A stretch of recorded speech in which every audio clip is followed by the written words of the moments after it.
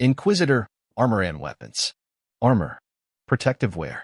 Boots, gloves, helmets, armor, padded armor, leather armor, scale armor, chain mail, plate armor, full plate mail, shields, buckler, round shield, large shield, pavis, protective wear.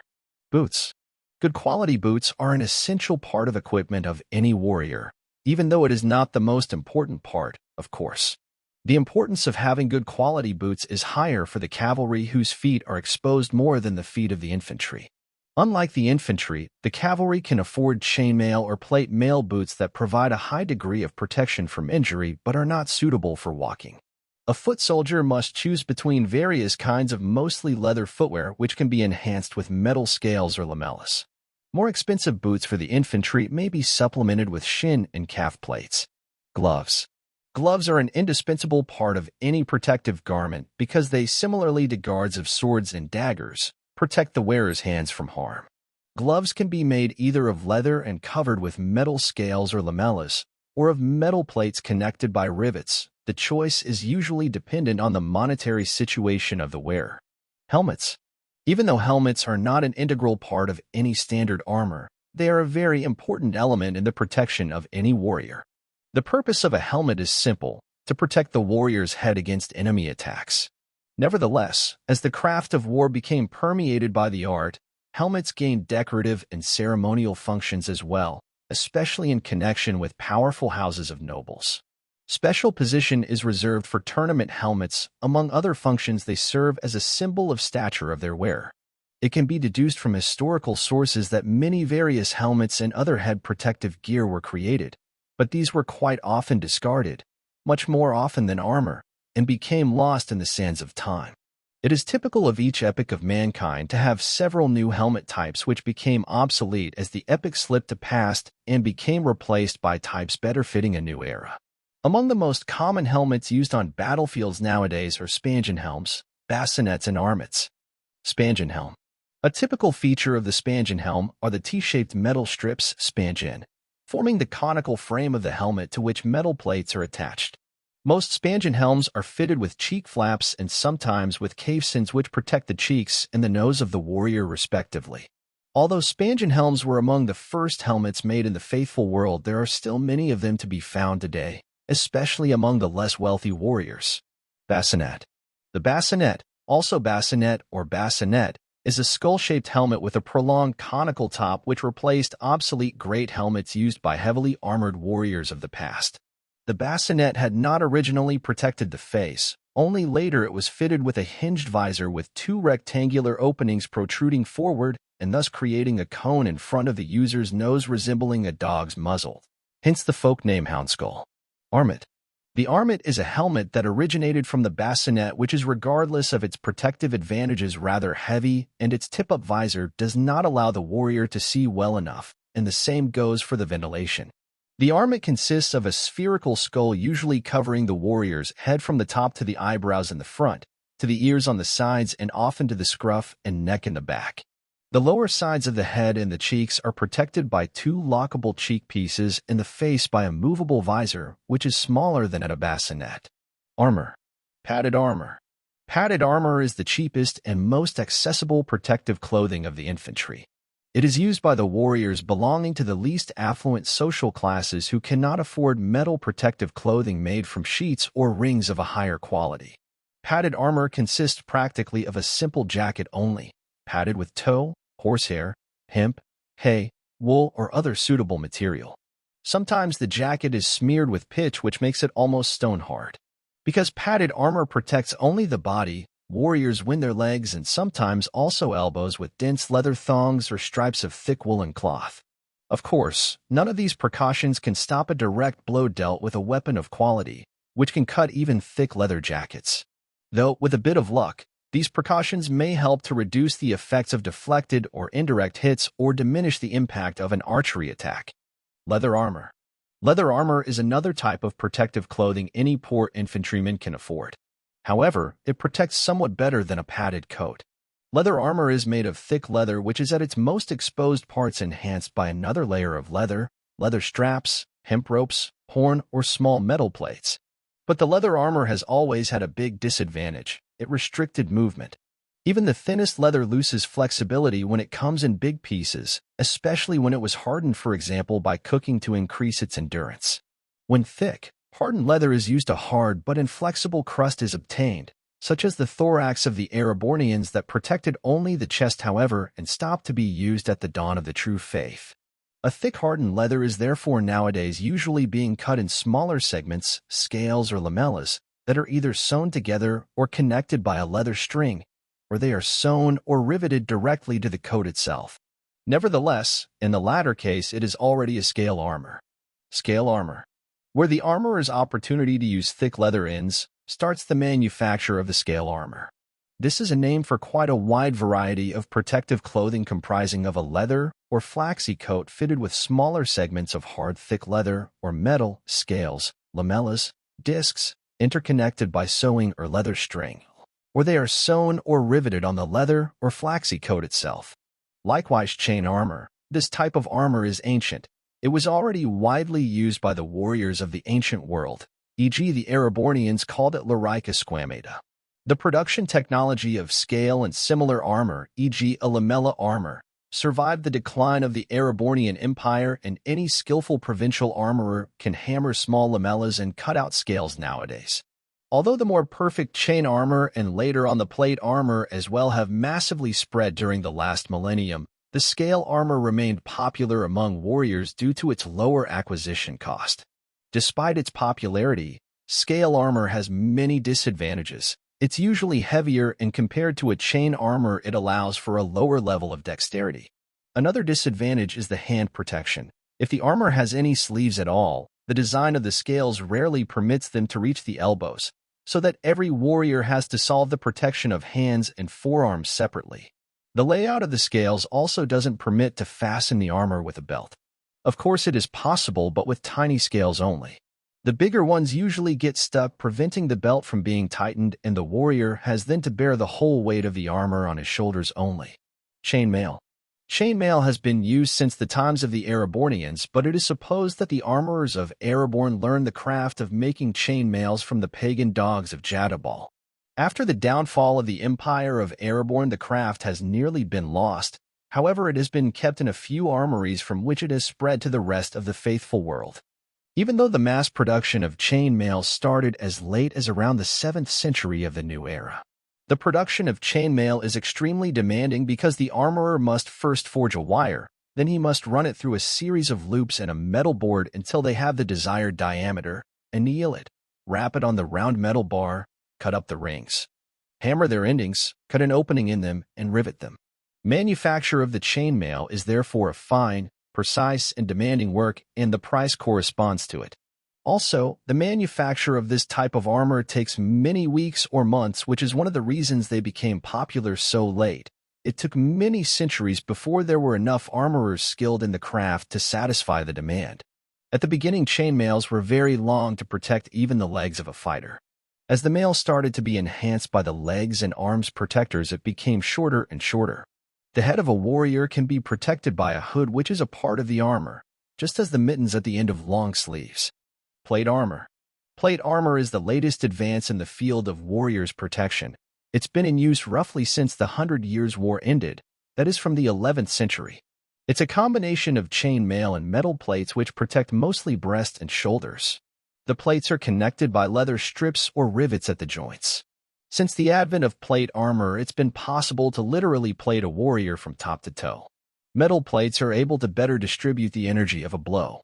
But on the other hand, they can be more easily penetrated by a crushing weapon with a sharp point or edge, and that's why it's often combined with other kinds of armor less susceptible to penetrating attacks. A classical suit of plate armor consists of a cuirass having breast and back plates, a gorget, pauldrons, a tasse, culottes, falde, and a chainmail skirt. In other words, it protects the entire body with the exception of head, legs, and arms. Full plate mail. Full plate mail is a term for a protective garment covering almost all of the wearer's body. It became very popular during the 11th century with knights, the noble warriors who were even nowadays the armored fist of any army. Full plate mail differs from a standard plate armor in the amount of protection it gives. It completely covers shins, calves and arms. It is also often combined with appropriate types of helmets, usually a great helmet or an armet with visor. A classical suit of a full-plate mail consists of a cuirass having breast and back plates, a gorget, pauldrons, sleeves, vambraces with coutures which cover elbows and forearms, a tasse, culottes, a fald, cuisses, and of greaves.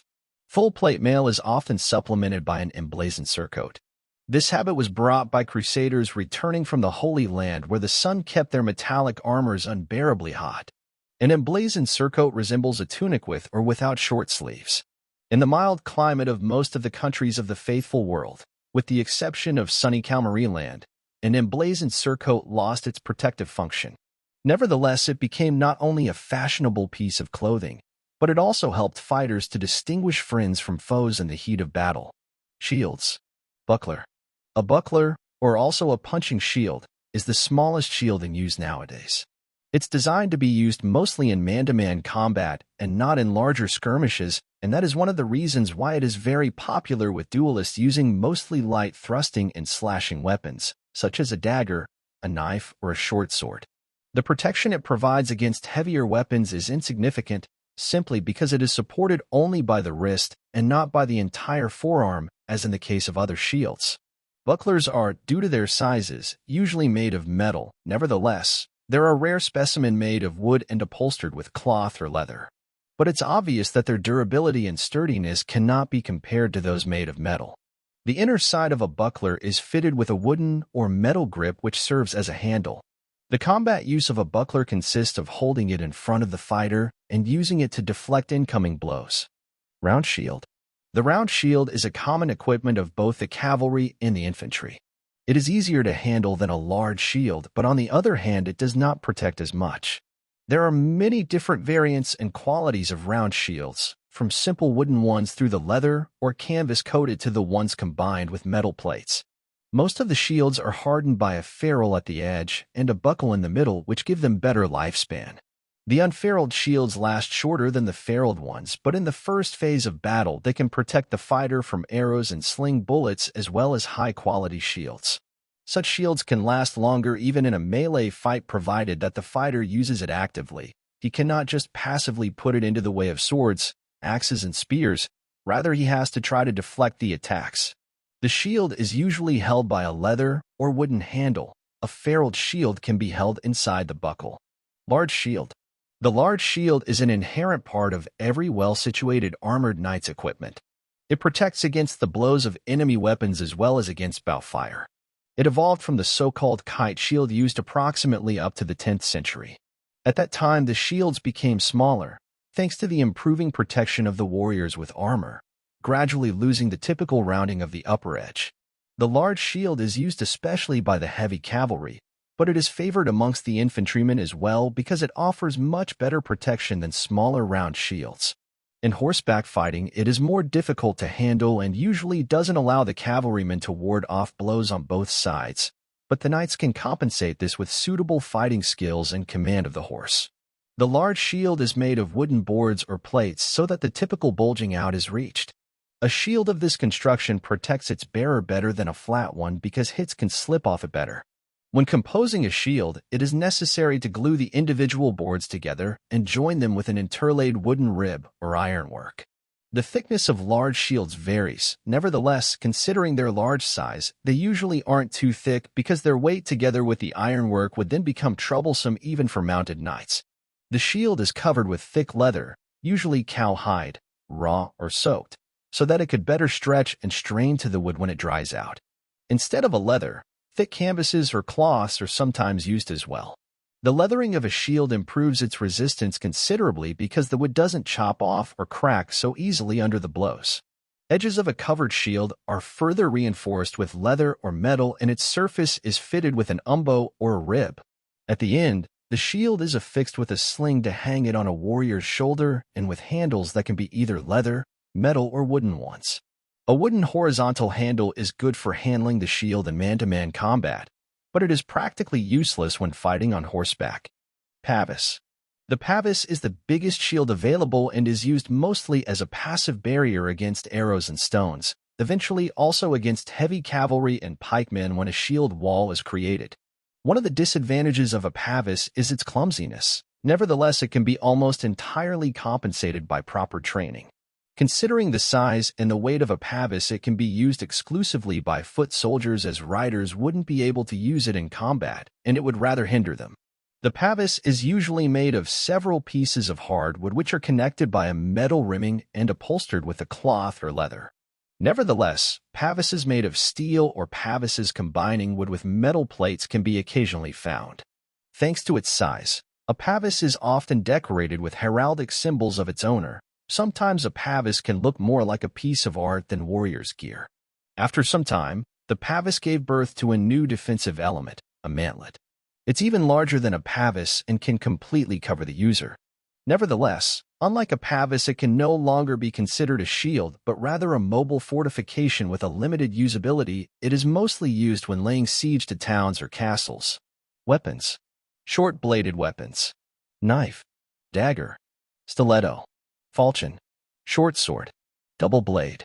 Long-bladed weapons. Short saber. Long saber. Backsword. Long sword. Bastard sword. Two-handed sword. Blunt weapons. Combat staff. Great club. Mace. Warhammer. Flail. Two-handed flail. Axes. Axe. Great axe. Two-handed axe. Combat axe. Double-bladed axe. Battle axe. Bows. Short bow. Long bow. Composite bow. War bow. Arrows. Polearms. Pike. Halberd.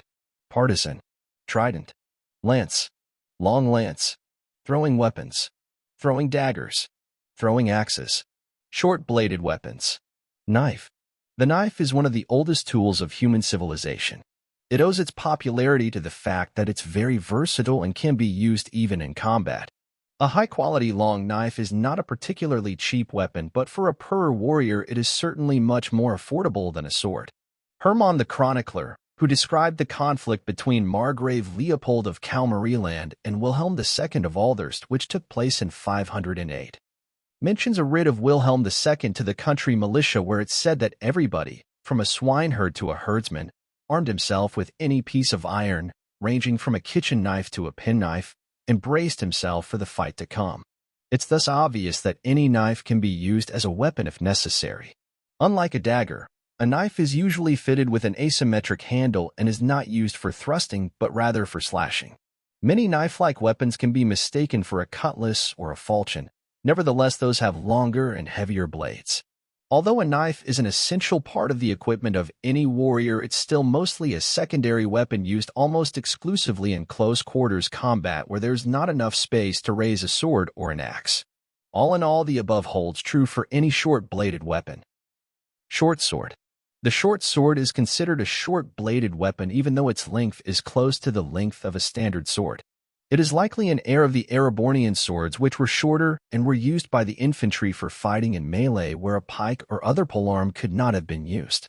After the downfall of the Erebornian Empire and the rise of the True Faith, the war tactics changed radically as well as the equipment of warriors. A long sword and a pike became more common, but the short sword continued to be used by poorer fighters as a substitute for the more expensive long sword. Also, richer members of the infantry have used it ever since, together with a dagger or a knife for fighting in close-quarters combat where there is no room for swinging a bigger weapon. Double blade. The double blade is a curious weapon which is not well known or frequently used in the faithful world. It originated from the desert empire of Jadhabal, which is completely different from the rest of the old world, not just in its religion, but in warcraft as well. As its name suggests, it has two blades which stick out from both sides of the grip. The length of the blades varies from a few inches to 2 feet, even though these two extreme cases are not very common. The double blade was brought to the faithful world during the Crusades, which suggests that it became widely used in Jadhabal sometime during the 9th or 10th century. Of the faithful warriors, the double blade became popular among adventurers, travelers, and landsnecks who have come in contact with the culture of Jadhabal, and also among the paladins of the mighty Order of the Holy Cross who protect the divine grave from the pagan dogs. Their everyday contact with the civilization of Jadhabal caused them to accept many of their customs, including the way of fighting. Long-bladed weapons. Short saber. The saber is a weapon that originated in the desert realm of Jadabal, and it was introduced into the faithful world by the Crusaders returning from the First Crusade declared by the Pope against Jadabal. Its most characteristic feature is a curved blade. Former types of sabers had only slightly curved blades and short guards with downwards bent ends fitted with small balls. Generally, there are two types of sabers, short and long.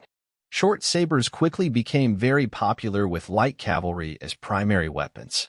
In comparison to swords or long sabers, they were not that clumsy and allowed a rider to keep slashing all around him. In some regular armies, a short saber became an insignia of higher-ranking officers. At the beginning of the 13th century, short sabers became popular with infantry as well, replacing short swords and axes. In a close combat skirmish, a short saber can be used to launch both slashing and stabbing attacks. Long saber. As mentioned above, there are two types of sabers, short and long. And while short sabers were first used by light cavalry and later also by the infantry, long sabers soon became very popular with heavy cavalry. A rider can use his long saber either as a secondary weapon after his lance is discarded or as a primary weapon if he prefers mobility and quantity of attacks to a more powerful, but also more clumsy polearm. Backsword.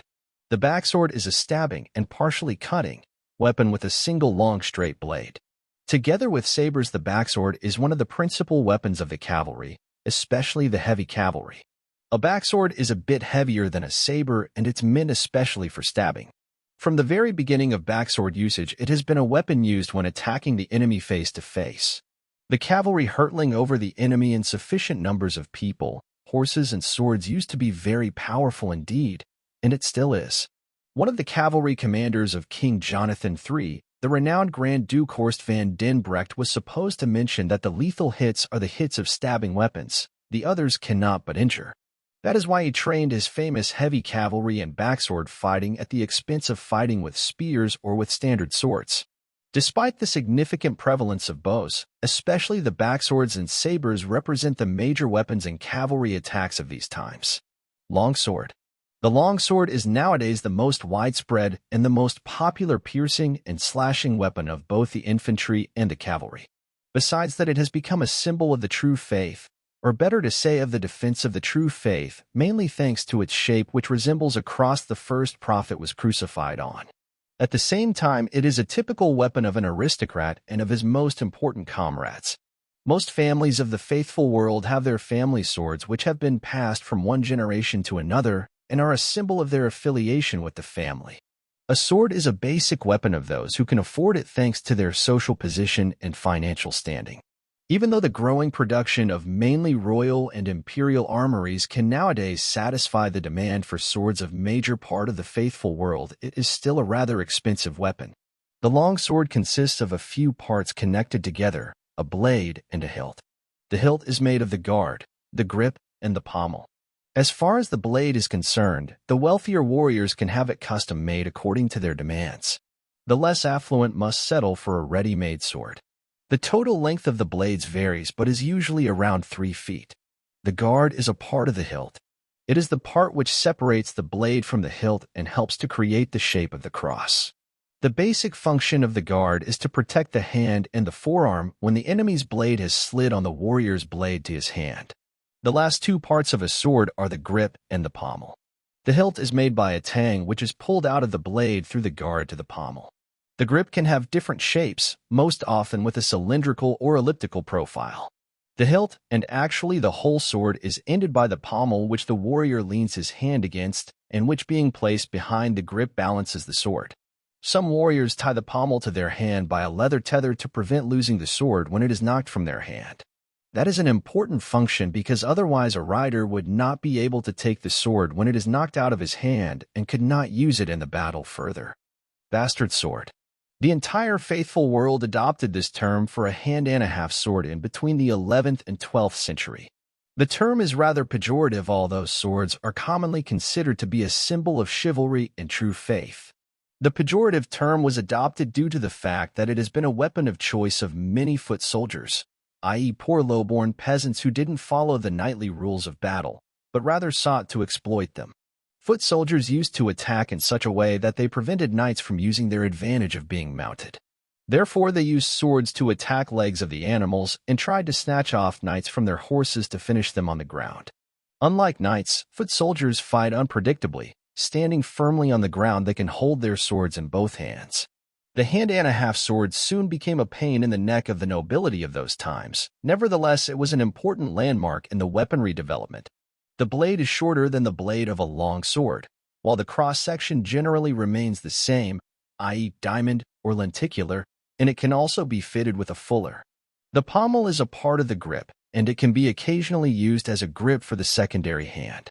As it's no longer used solely as a counterweight of the blade, its shape is more suitable for gripping. The most common became pair and cent stopper types and their slight, mostly aesthetic, modifications. As regards both construction and usability, the bastard sword is very similar to a two-handed sword. The difference is in the size and overall shape, and also in the important fact that the bastard sword can be held in either one or two hands, while the two-handed sword must be held in both. Two-handed sword. The two-handed sword is a long-bladed weapon used for both slashing and thrusting, which is usually wielded in both hands, as its name suggests. It is exclusively an infantry weapon because the necessity to use both hands to wield it does not allow simultaneous steering of a horse. A two-handed sword consists of a straight double-edged blade, which is usually fitted with so-called quillons or flukes, a guard, a grip, and of a pommel. Such a sword can be almost 5 feet long, the exact length depending on the height of its wielder. There are thus rare cases of two-handed swords almost 7 feet long.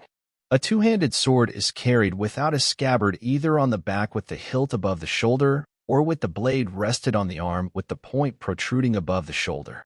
The two-handed sword is a relatively recent invention when compared to an ordinary long sword, which has been in use by knights for several centuries.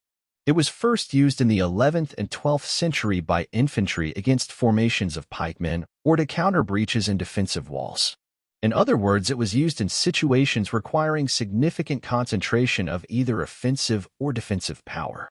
Soldiers wielding two-handed swords are usually deployed at extremely exposed sections of battlefields, and thus their lifespan tends to be rather short. On the other hand, their pay is several times higher than the pay of a common soldier. Blunt weapons. Combat staff. The combat staff is mostly used for training rather than for fighting itself. It can be used to support one on his travels, and in the case of necessity, it can be used as a weapon. Therefore, the combat staff is not a traditional weapon of warriors going to battle. Instead of that, it became the favorite weapon of clergy and other social classes. Some staffs have a hollow inside of them used for hiding secret documents and valuables. The combat staff must be made of hard, well-dried wood such as walnut or cherry to function properly. It should also be fitted with metal plates to prevent it from breaking and to make attacks against an enemy more efficient. Great club. The great club is an ancient weapon which is similar to an ordinary club or a cudgel, known already from prehistoric cave paintings. It may be the oldest weapon known at all. At the same time, this weapon is very cheap and in its most primitive version easily affordable even for the least wealthy fighters. For this reason, clubs have never vanished from the warrior's inventory, although they are by far not as effective as cutting and stabbing weapons. Use of clubs is recorded in the historic documents throughout the history of mankind. Clubs are mentioned in the legend of Saint Dasmael from the 1st century of the New Era, but we also know the wooden, iron, and lead-reinforced clubs of the Therms in the 4th century of the Old Era. Though such a weapon looks very archaic and primitive compared to the contemporary equipment, a fierce blow with a club or a hammer may easily knock an opponent out or even kill him outright. Even a common infantryman can clobber a careless knight in armor with it. The required force comes from its abnormally diverted center of gravity, not from its weight, which is a common fallacy. That's why clubs allow a specific fighting technique similar to the technique of a two-handed axe. Mace. The mace is a one-handed weapon consisting of a short shaft and a head attached to it. The head can be fitted with geometrically organized flanges, pointed spikes, or it can also be completely plain. The mace is first to be found in the 5th century as a modern form of a club or a cudgel fitted with a metal band. The helve is often fitted with leather straps, ensuring not only that the weapon cannot be dropped, but also its easy transportation at the side of a saddle. This feature is also to be found at combat axes and swords. The importance and the popularity of a mace with both common people and nobility started to rise in the 9th century along with the increasing protective quality of contemporary armors. A well-crafted heavy armor is able to easily withstand slashing attacks of any blade, with the exception of thrusting attacks of e.g. stilettos, but the injuries to the wearer are caused indirectly by the crushing power of the blows. Primarily crushing weapons are not usually able to pierce a heavy armor.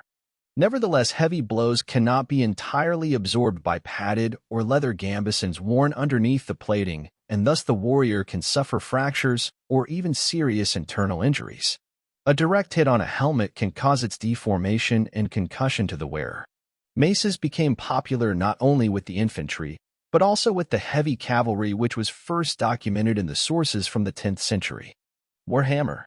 The warhammer is one of the weapons developed not very long ago in response to the massive spread of a high-quality protective clothing for warriors during the 9th century. The warhammer belongs to secondary weapons used by armored cavalry after the first crush when they throw away their already useless lances. Then there's the time for heavy weapons on a short haft that can be held in one hand and effectively crush bodies of enemies forged up in steel armor. Thus the warhammer belongs to the same group of weapons as maces and clubs. One can say that a cavalry warhammer is a successor to the so-called Ulfmar's mace. This was a hammer-like weapon which enabled Grand Duke Ulfmar to defeat the army of King Philip Gaspar I in 1001. A classical warhammer is completely made of steel with roundels protecting and reinforcing the haft. Roundels are small, often decoratively formed, metal rings. The haft is approximately half a meter long. Flail. The flail consists of a weight attached by a chain to a pole. The weight is usually a metal ball with sharp spikes. Sometimes there can be several iron weights attached with several chains. Flail weapons were developed relatively recently, probably as a modification of maces and clubs, being a response of master weaponsmiths to the spreading of quality protective armor. Abnormal weight distribution gives a flail enough kinetic energy to cause terrible damage, even to a heavily armored opponent. One-handed flails became rather popular with both heavy cavalry and infantry. Two-handed flail. Unlike standard flails, the two-handed version has a longer pole to which a weight is attached by a chain. As such, they are much more efficient against heavy cavalry, and that is why the infantry started to prefer them to one-handed flails soon. Axes. Axe. The axe is well known to both human and non-human civilizations from their early days on as a tool of everyday life, and its combat variant is not significantly different. Sometimes it is not even possible to tell civilian and combat variant apart. Therefore, the availability and the controllability of the weapon has never been a problem for the majority of common folk fighters. Unlike swords, the manufacturing of axes does not require highly specialized craftsmen, and they can thus be made, just as other tools, e.g. carpenters or woodcutters' axes, by any at least a bit experienced blacksmith. The axe consists of a helve topped with a metal head with a single blade. Nowadays, steel is usually the material used, though in the past it was also bronze and later on iron as well. In the course of history, there have been many types of axes in use. Till the end of the 5th century, the majority of axes in the faithful world were massive, so-called bearded axes. Nevertheless, from the 6th century on, the majority of the axes have been less massive, and the shape of the blade more varied, curved, straight, broad, narrow, symmetric or asymmetric, etc. The butt of an axe can be narrow, or it can be fitted with a small hammer or a pick, thus combining more weapons into one. Great axe. The great axe is a larger version of the classical axe familiar to every common person. The great axe consists of a longer helve and the bladed axe itself. Considering the helve length, the great axe may be used as a two-handed weapon, though the combination of a great axe with a shield is much more common. Two-handed axe.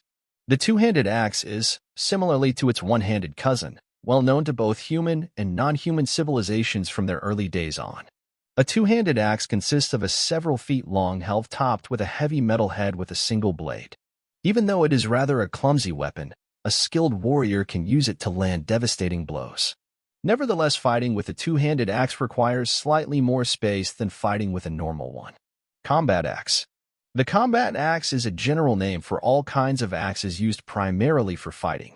While ordinary axes have always been rather a weapon of infantry and poor fighters, The nobles prefer to use bigger and more magnificent axes made especially for fighting. Many written and iconographic sources prove that the nobility often preferred axes to long swords in the past. Combat axes have an invaluable ability to launch both crushing and slashing attacks. A hit by an axe, with both ends, can not only break and crush bones as a club, but the sharp edge can also seriously damage even a high-quality heavy armor or a helmet. That is because the edge is much shorter than the edge of a sword and the center of gravity is shifted towards the end of the weapon. That gives the strike significant force, and the force is concentrated in a narrow place. Because of its center of gravity, it is however more difficile than a sword, and it is difficult to defend with it against opponents' blows. This problem can be solved with a shield though. Double-bladed axe. The double-bladed axe is a rather rare weapon supposed to have been invented by the non-human race of Thrawn that lived across the Moonshine Mountains in the depths of ancient times. It consists of a 5-foot-long helve and a blade with two, usually symmetrical, edges. However, there are some axes known with asymmetrical edges of various shapes and sizes. The double-bladed axe has never become a standard piece of equipment in regular armies, mainly because fighting with it requires much more space, and therefore it is unsuitable for the infantry which attacks in a close formation. From time to time, it is used instead of a two-handed sword which is used in a similar way. Battle axe. The battle axe is a special kind of a double-bladed axe, and its origin is also attributed to the non-human Thrawn race from the Moonshine Mountains. In contrast to the standard double-bladed axe, there is often a bayonet in the middle of the battle axe and the axis of the helve that is used for piercing attacks, although this style of fighting is not very typical for this weapon. Bows.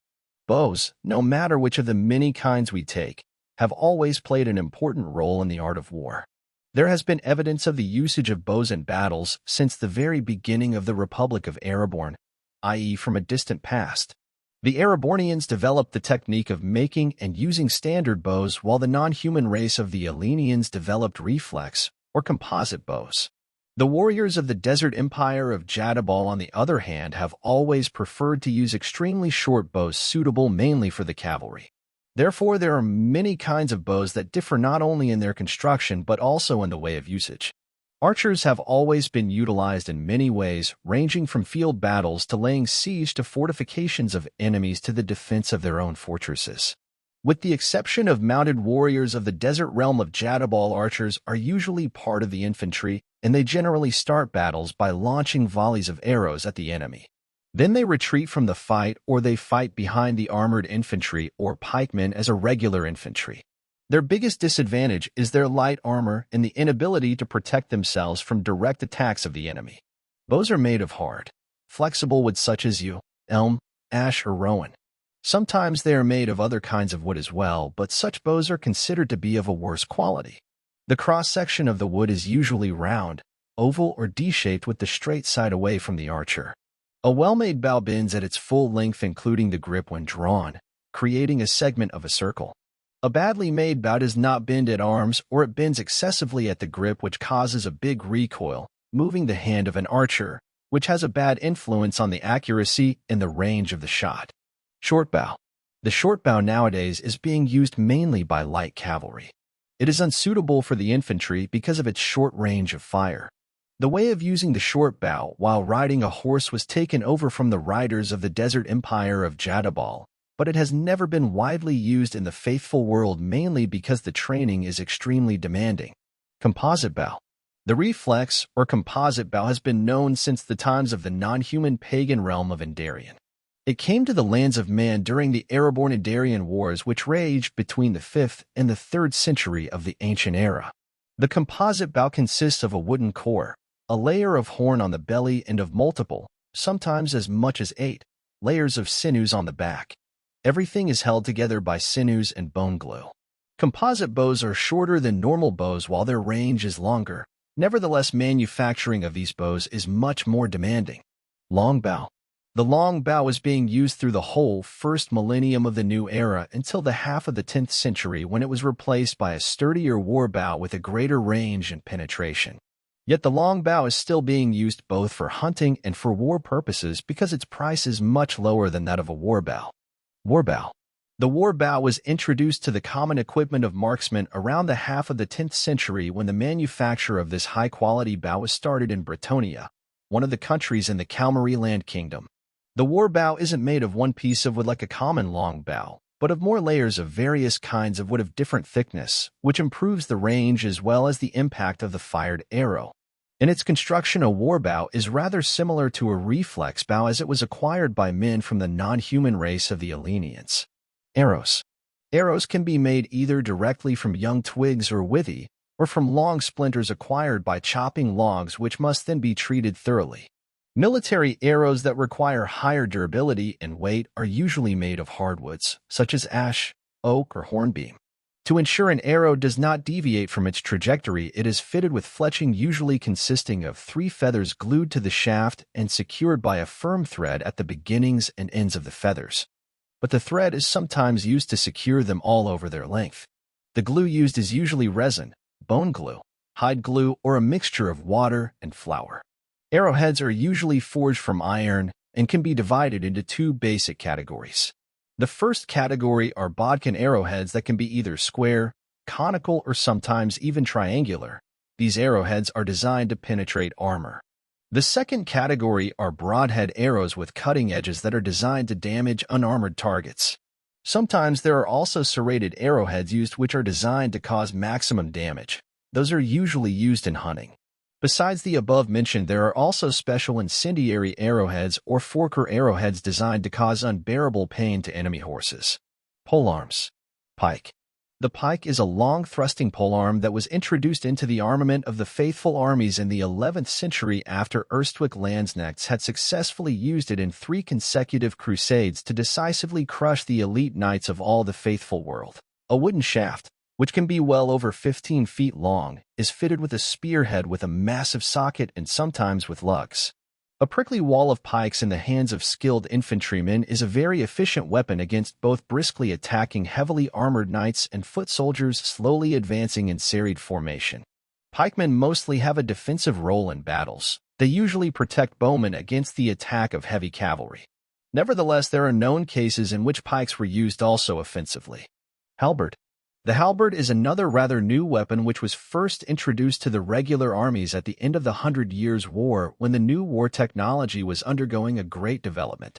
The halberd is a piercing and slashing polearm weapon, its name being derived from the Erstwick words halm, meaning a pole, and bart, meaning an axe. At the end of a long pole there is a blade of an axe. In the axis of the pole there is a spike, and another spike or hook comes out of the socket on the opposite side. The halberd is used by the infantry against the armored cavalry similar to pikes, but while pikes are clumsy and used mainly for defense, halberd can be used for attack as well. Partisan. The partisan is a general name for various stabbing and cutting polearms that spread during the 11th century along with pikes and halberds. Weapons famous especially thanks to the Erstwick Landsknechts in their victorious battles during the 3 Crusades declared by the Pope against the reformist Erstwick. Partisans differ in the length of the pole as well as in the blade, spike and socket design both in the course of the period and according to the place of manufacture. It is a typical infantry weapon because a partisan is too long for cavalry. Its pole commonly exceeds 12 feet. A typical weapon used in the Empire in the popular uprising in the 12th century is a so-called big-eared partisan, the blade of which was combined with 2 side spikes, ears. Trident. The trident is a weapon still preserved here and there from the deeply pagan times of the Erebornian Empire. It's a variant of a shorter infantry pike set not only with a single spike, but with 3 of them lined up on one socket only. Historical sources regard it as a weapon of the gladiators, the famous slave warriors fighting fiercely in the arenas of the Erebornian cities for life and glory. It means that not even in the Erebornian history can we find the trident as a regular army weapon, let alone now in the faithful times. Although now and then you can meet a warrior equipped with this weapon, and if he can handle it properly indeed it can become a lethal tool in his hands. Lance. The lance is a popular weapon used both by the infantry and the heavy cavalry mainly because of its low cost and relatively simple handling. The infantry lances are usually shorter than those of the cavalry. They are about 7 feet long or a bit more. Even though a hit by a lance of an infantryman is less penetrative than that of a rider, it is still a powerful weapon which can penetrate a chainmail armor or pierce between the plates of an ironclad enemy. Moreover, an infantryman can attack a rider sitting high in the saddle of a horse with his lance. When the infantrymen had to face the attack of a cavalry, they would lean their lances against the ground between the shields, although they would not protect them as well as the later invented pikes, partisans, and halberds. Spearheads of lances differ in their sizes and shapes. Because it is not easy to pull the lance out of the body once it has penetrated inside, it is obviously an expandable weapon. They are used mainly in the opening part of the battle because once the men get close together facing each other, there is no room left for them. Long lance. The long lance as it is used nowadays is a wooden weapon with a metal tip, and it's a typical weapon of the heavy cavalry. There are frequent references about using a lance in the written sources. We find them even in the oldest pagan legends of the Erebornian Empire. The lance always had a distinct place in both the pagan and faithful symbolism. It was an attribute of ancient gods and rulers and later of the faithful dukes and kings. Even though a sword took over this role in the early faithful period, this weapon has kept its exclusive position until nowadays despite being much cheaper. The way of fighting with a lance has changed greatly throughout the centuries. The original rider's lances were either thrown by the rider or he would hold them and stab the enemies with them. Since the 3rd century on, long lances used during the attack of the heavy cavalry have not usually been thrown, but the warriors held them under their arms and attacked by charging their enemies with them. The reason for using this new technique is obvious. This way it was possible to strike with much bigger force using the weight and the speed of one's horse. The beginning of a battle with a lance attack is described in the Hermann's Chronicle from the 6th century. A wild battle comes, the rattle of the arms and the holler of the men raises up to the sky. The lances break at the first impact and men go on fighting with their swords and axes. Riders' lances are usually more than 8 feet long, and they are very efficient weapons because if the spike doesn't slide on the armor and is not broken, the rider will strike with full force and no existing armor can protect against such an impact. The spikes may have different length and shape as well as the length of the socket which holds the spike on the pole that must be made of a good quality wood, usually an oak or an ash tree. The socket is usually simple or it can be enhanced by a small crosspiece called the wings which prevents the spike from diving too deep into the body and getting stuck in it. Throwing weapons. Throwing daggers. From classical melee daggers used in face-to-face combat and classified as stabbing weapons, special types of throwing daggers evolved in time to be used in ranged combat. Throwing daggers are lighter than normal daggers and their center of gravity is moved to the upper part of the blade so that the weapon could rotate well and thrust better. Unlike standard daggers, the throwing daggers usually lack the guard that is quite useless for throwing because its function is to protect the warrior's hand in melee combat. In other aspects, the design of a throwing dagger corresponds to that of a classical one. Now and then double-bladed throwing daggers show up where the chance of hitting an opponent is increased, and thus they are meant for fighters less skilled in throwing weapons. Throwing axes. Just as with throwing daggers, throwing axes also evolved from their classical hand version used in face-to-face combat. They are lighter than the common variant as well with their center of gravity moved, so that they could rotate well and thrust better. Throwing battle axes are usually all metal. The classical wooden helve is missing and is replaced with a metal handle furnished with spikes on each side. The axe itself has either only one blade with a counterspike on the other side, or 2 blades. Thus the axe is conformed to the aim to hit the opponent almost every time with a blade or a spike, even when handled by a warrior unskilled in this type of combat.